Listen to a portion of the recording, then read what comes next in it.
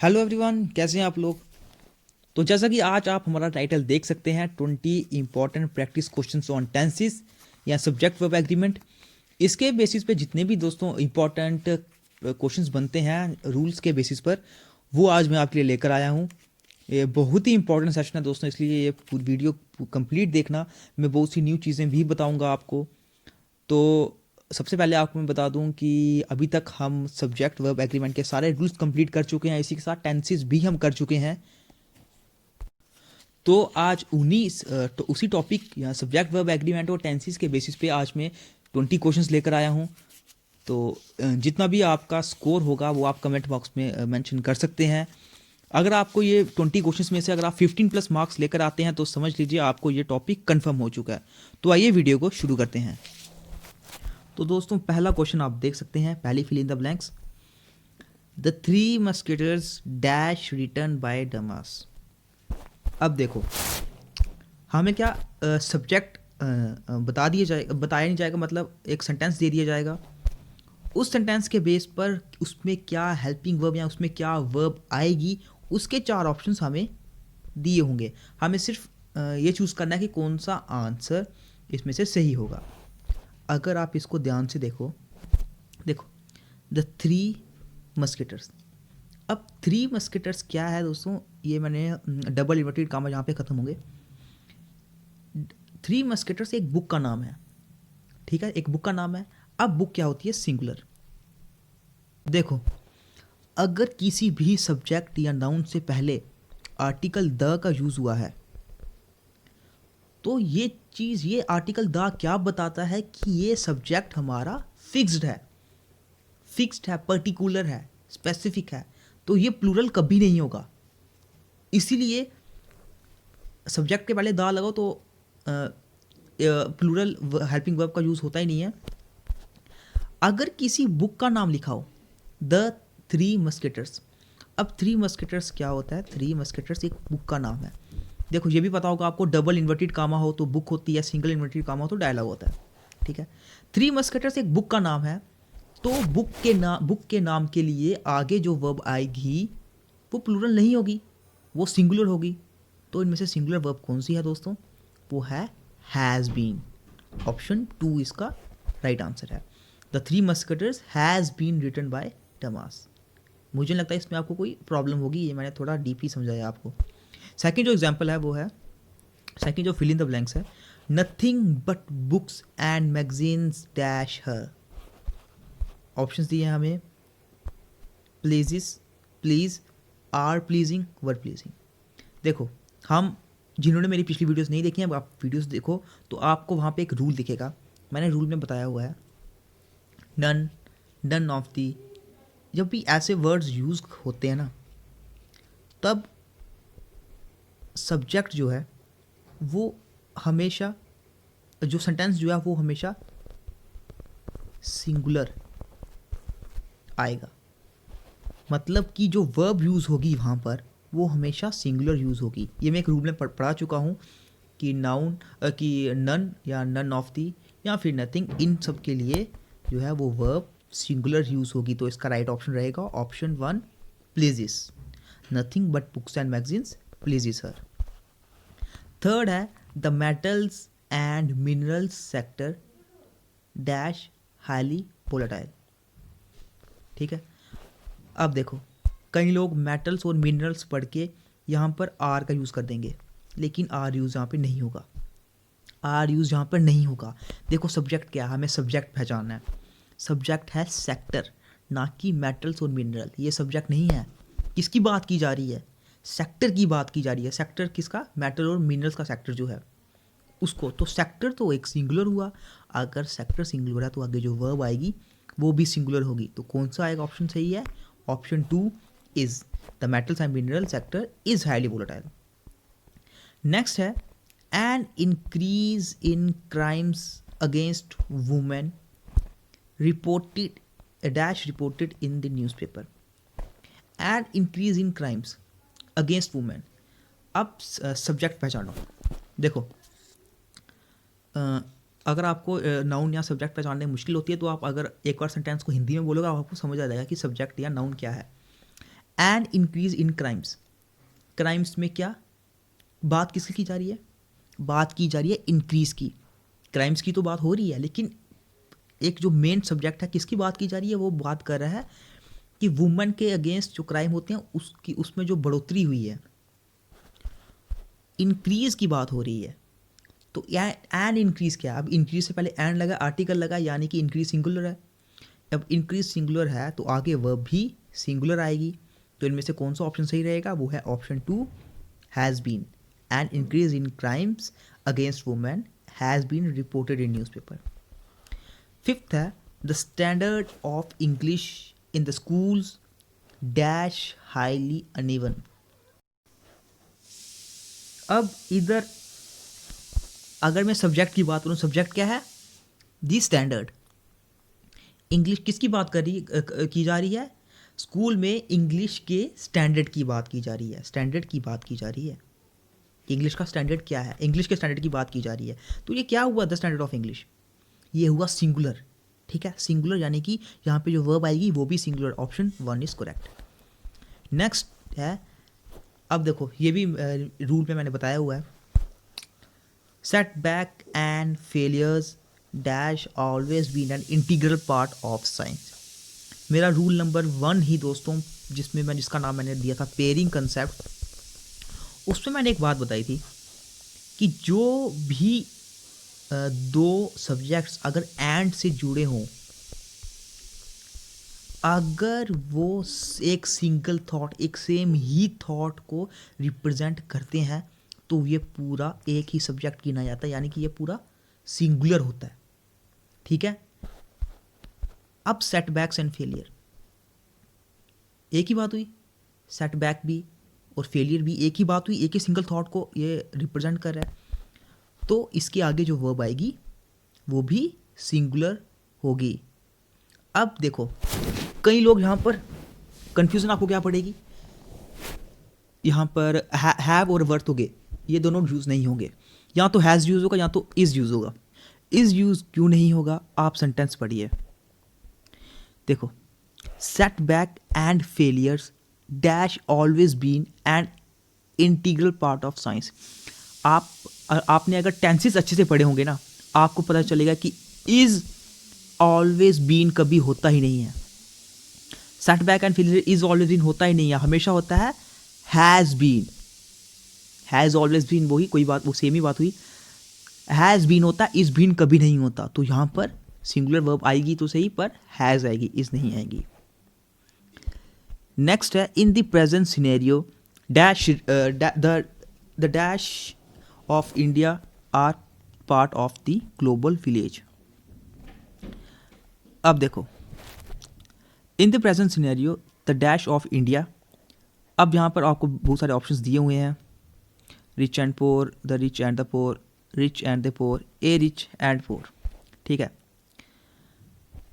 क्या बोलता है इसमें कि जो आज के प्रेजेंट सिनेरियो है, रिच और पोर दोनों, जो रिच एंड पोर है जो इंडिया के, वो दोनों ग्लोबल विलेज का एक पार्ट है। ठीक है, अगर आप सेंटेंस ध्यान से पढ़ो, यहाँ पर आगे आर यूज़ हुआ है। अगर यहाँ पर आर यूज़ हुआ है मतलब कि इसके यहाँ पर सब्जेक्ट जो आएगा वो प्लूरल आएगा, वो प्लूरल आएगा ना। द लगा हुआ है, क्या द, अगर मैं लिखूं द रिच एंड पोर, ये जहाँ पर है द पहले का यूज़ हुआ, रिच एंड पोर लिखूं। सेकंड रूल जो मेरा था उसमें मैंने क्या बताया था, अगर दो सब्जेक्ट्स या दो नाउन को एक ही आर्टिकल, दोनों के लिए एक ही आर्टिकल यूज़ किया गया हो, तो वो एक ही सब्जेक्ट को रिप्रेजेंट करेगा। हम पढ़ते नहीं थे the chief minister and CEO, तो वो एक ही सब्जेक्ट को रिप्रेजेंट करेगा। लेकिन अगर आर्टिकल नाउन 1 या सब्जेक्ट 1 के साथ भी लगा हो और बीच में एंड और एक और आर्टिकल नाउन 2 के लिए भी लगा हो, तो वो प्लूरल बन जाता है, क्योंकि वो दो डिफरेंट पर्सन को रिप्रेजेंट करेगा। इधर भी हमें वही रूल यूज़ करना है। द पहले का यूज़ किया गया है, हमें चाहिए आगे रिच, ये रहा rich and the poor. Option 3 is the right answer, the rich and the poor. Rich के लिए अलग, पोअर के लिए अलग, दोनों मिलके बन गए प्लूरल और ऑप्शन 3 इसका राइट आंसर रहा। 8th क्वेश्चन पे चलते हैं, वो है my elder sister and her daughter dash my domestic work. ये भी उसी रूल पे है जो मैंने अभी बताया।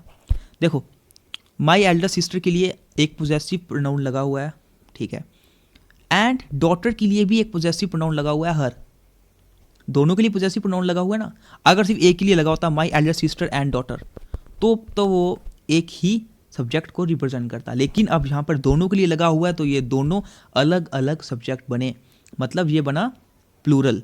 तो प्लूरल के लिए आगे जो वर्ब आएगी वो भी प्लूरल आएगी, यानी कि देखो हेल्प मी अबाउट तो लगेगा नहीं, हेल्प्स मी भी नहीं लगेगा, हेल्प मी फॉर भी नहीं लगेगा, help me for domestic work नहीं होता, help me in domestic work, option 3 is the right answer.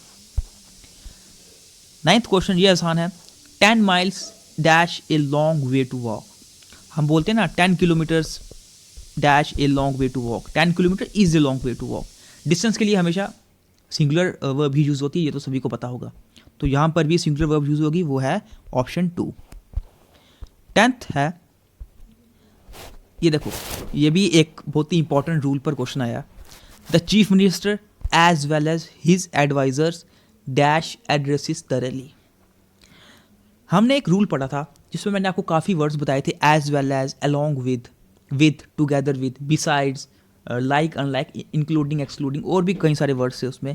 अगर दो सब्जेक्ट्स इनमें से किसी भी वर्ड से जुड़े होते हैं तो आगे जो वर्ब आती है वो हमेशा सब्जेक्ट 1 को देख कर आएगी।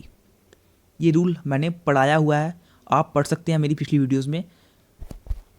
अगर सब्जेक्ट 1 को देखकर वर्ब आएगी तो क्या वर्ब आएगी, हैव तो यूज़ नहीं होगा क्योंकि द चीफ मिनिस्टर है, ठीक है, हैव तो यूज़ कभी नहीं होगा, प्लूरल है, चीफ मिनिस्टर तो सिंगुलर है तो हैव यूज़ नहीं होगा, हैव बीन भी यूज़ नहीं होगा और हैव बीन एग्रीड फॉर भी यूज़ नहीं होगा, तो एक ही ऑप्शन बचा, ऑप्शन 2 हैज़ एग्रीड टू, ठीक है। ये आपको समझ आ गया होगा 10th क्वेश्चन। नेक्स्ट है, my brother along with my sister dash with me। अब यहाँ पे along with यूज हुआ है, सेम क्वेश्चन जैसे पिछले वाला था, सेम क्वेश्चन है, along with यूज हुआ है। तो हमने पढ़ा था along with जब भी यूज़ किया गया हो तो सब्जेक्ट 1 के अनुसार वर्ब यूज़ की जाएगी। तो माई ब्रदर तो एक सिंगुलर हुआ, तो यहाँ पर प्लूरल वर्ब यानी कि first option, second option, third option नहीं यूज होंगे, option 4 is the right answer, my brother along with my sister is staying with me। Next है नाइदर, ये भी एक और दोस्तों रूल है, neither any of the members of the society nor the chairman dash the annual meeting. हमने एक rule और पढ़ा था दोस्तों, वो था आइदर और केस का। जब भी आइदर और, neither, nor, not only but also, ऐसे वर्ड्स सब्जेक्ट्स के लिए, सब्जेक्ट्स के बीच में यूज होते हैं, हम हमेशा वर्ब सब्जेक्ट 2 को देखकर ही लगाते हैं। ये रूल पढ़ाया हुआ है, आप देख लेना पिछली वीडियोस में। यहाँ पर सब्जेक्ट 2 कौन सा है, nor the chairman, the chairman is the 2nd subject, तो इसको देखकर ही वर्ब यूज होगा। अब द चेयरमैन सिंगुलर हुआ, प्लूरल वर्ब नहीं आएगी, तो ऑप्शन 1 ही सही हुआ, वो है option 2, was present for the annual meeting. Same दोस्तों क्वेश्चन नंबर 13 है, नाइदर द जज nor I dash announce the winner to announce the winner is। देखो सेम पिछले वाला क्वेश्चन, सब्जेक्ट 1 और सब्जेक्ट 2 है हमारा I। आप सब्जेक्ट 2 को देखकर ही वर्ब हम यूज़ करेंगे। सब्जेक्ट 2 को देखकर अगर वर्ब यूज़ की जाए, आई आर कभी नहीं होता, आई वर्ब यूज़ नहीं होगा, आई हैज़ बीन रेडी नहीं लगेगा, तो इसका एक ही ऑप्शन जो है वो है option 1, I am ready to announce the winner is. ठीक है, नेक्स्ट क्वेश्चन पे चलते हैं। देखो एक और आ गया, not only the master but also the servants dash sad. Not only but also case आया, वही सेम आइदर और वाला केस ही है। सब्जेक्ट 2 को देखकर यानी कि द सर्वेंट्स को देखकर वर्ब यूज़ की जाएगी।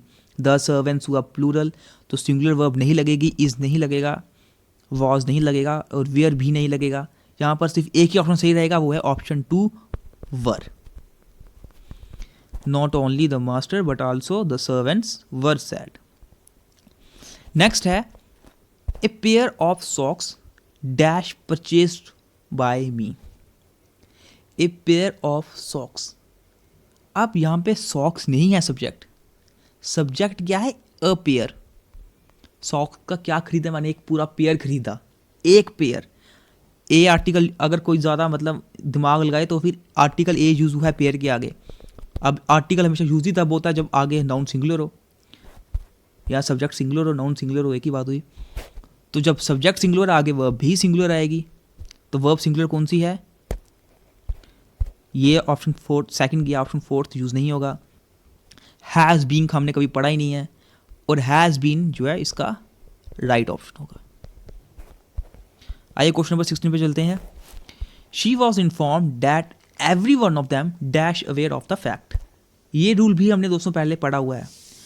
जब भी एवरी या ईच यूज़ किया जाता है सेंटेंस में तो आगे आने वाली वर्ब हमेशा सिंगुलर होगी. इन शॉर्ट इसमें कोई ज़्यादा सोचने की ज़रूरत ही नहीं है. तो चुपचाप सिंगुलर वर्ब को यूज़ करो. Each one of them singular verb कौन सी है? फोर्थ नहीं है, सेकंड नहीं है, आर नहीं है, वो है was. Each one of them was aware of the fact. None of the guest dash to the bride. एक और रूल दोस्तों, अगर हमने अभी जो पिछले एग्जाम्पल पढ़ी नथिंग वाली, उसी का ही रूल था कि नन या नन ऑफ द या फिर नथिंग लगा हो. जब ये वर्ड्स यूज कर दिए जाते हैं सेंटेंस में, आगे आने वाली वर्ब हमेशा सिंगुलर रहेगी.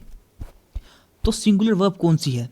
None of the guest have introduce नहीं आएगा. इंट्रोड्यूसिंग कभी यूज नहीं होगा. वर्ड इंट्रोड्यूस यूज नहीं होगा. Option 3 is the right answer. None of the guest was introduce to the bride. इसके बाद है 18th question. Dash of the students has finished the exam yet. अगर आप इसको ध्यान से देखो, आगे वर्ब यूज की गई है वो है हैज़ फिनिश्ड. वर्ब सिंगुलर है. वर्ब सिंगुलर का मतलब ये है कि इससे पहले जो सब्जेक्ट यूज़ किया जाएगा वो भी सिंगुलर होगा. तो हमने इन चारों में से एक ही के लिए रूल जो हमने पढ़ा था कि सिंगुलर किसके लिए यूज़ किया जाएगा. सबसे पहले आपको बता दूं मैं, आल के लिए हैव आना था तो ये यूज़ नहीं होगा. सम के लिए भी हैव आना था, ये यूज़ नहीं होगा. फ्यू के लिए भी हैव आना था, ये यूज़ नहीं होगा. तो एक ही ऑप्शन बचा नन के लिए आगे वर्ब सिंगुलर ही आती है. तो none of the students has finished the exam yet. Each पर एक और क्वेश्चन आया दोस्तों. Each of our students dash tuition fee at the beginning of the month. Each of our students, हमारे हर एक स्टूडेंट ने ट्यूशन फ़ी पे कर दी है मंथ के स्टार्टिंग में ही. अब ईच यूज़ किया गया है तो फिर हम ज़्यादा डीप नहीं जाएंगे. ईच यूज़ किया गया है, ईच और एवरी के लिए हमेशा आगे वर्ब सिंगुलर यूज़ होगी. तो ऑप्शन 1 इज़ करेक्ट. नेक्स्ट है the majority of investors attending the conference dash furthering their investments in Asia. अब देखो सब्जेक्ट ढूंढते हैं. सब्जेक्ट क्या है? The majority of investors. Investors की मेजॉरिटी, द मेजॉरिटी है सब्जेक्ट. अगर द मेजॉरिटी सब्जेक्ट हुआ, मैंने आपको शुरू में बताया, जब भी द यूज कर लेते ना, the majority, the amount of, the majority of, या फिर द सम ऑफ, जब भी ये तीनों यूज कर दिए जाते हैं सेंटेंस में, आगे आने वाली वर्ब भी सिंगुलर आती है. मैंने आपको पहले ही बताया कि द बताता ही यही है कि आगे वाली जो सब्जेक्ट है, आगे सब्जेक्ट आने वाला है, वो है ही फिक्स है वो. तो फिक्स चीज़ क्या होती है? सिंगुलर. इसलिए आप ये याद रखो कि the majority of, the amount of, the sum of money. हम बोलते हैं द सम ऑफ मनी कितनी बार यूज़ करते हैं? The sum of money is distributed. तो आगे आने वाली वर्ब उसमें हम सिंगुलर यूज़ करते हैं, इसमें भी वही होगा. द मेजॉरिटी ऑफ इन्वेस्टर्स, आगे आने वाली वर्ब सिंगुलर यूज़ की जाएगी. तो आर इंटरेस्टेड नहीं आएगा, वर नहीं आएगा, हैव नहीं आएगा. एक ही ऑप्शन सही है, वो है option B, is interested in. In furthering investments in Asia. तो दोस्तों ये थे हमारे 20 क्वेश्चंस सब्जेक्ट वर्ब एग्रीमेंट के, जो थोड़ा मैंने मे बी इसमें से थोड़े से क्वेश्चन डिफ़िकल्ट होंगे। तो अगर आपको ये वीडियो पसंद आई है तो आप इस वीडियो को लाइक कर दें दोस्तों। ये क्वेश्चंस आपको बहुत हेल्प करेंगे, क्योंकि इसमें मैक्सिमम रूल्स जो है रूल्स के बेस पर ही ये क्वेश्चंस हैं, और चांसेस है कि आपको एग्ज़ाम में इन्हीं रूल्स पर क्वेश्चन आए। तो आप अपना स्कोर कमेंट बॉक्स पे मेंशन कर सकते हैं कि आपने कितने क्वेश्चंस आपके इसमें से ठीक थे। इसकी पीडीएफ आपको हमारे टेलीग्राम चैनल पे मिल जाएगी, वहाँ से आके आप ये पीडीएफ डाउनलोड कर सकते हैं। तो मिलते हैं फिर आपसे नेक्स्ट वीडियो में। इसी के साथ आपको बता दूं कि आज शाम से हमारे चैनल पर क्लास 4 के मैथ्स की क्लासेस भी स्टार्ट हो जाएंगी। तो आप इस चैनल को सब्सक्राइब कर दें, और कोई न्यू है उनको भी ये चैनल आप सब्सक्राइब शेयर कीजिए, ताकि ज़्यादा से ज़्यादा लोग इस चैनल से जुड़ें और यहाँ की क्लासेस का बेनिफिट उठा सकें। तो मिलते हैं आपसे फिर नेक्स्ट वीडियो में।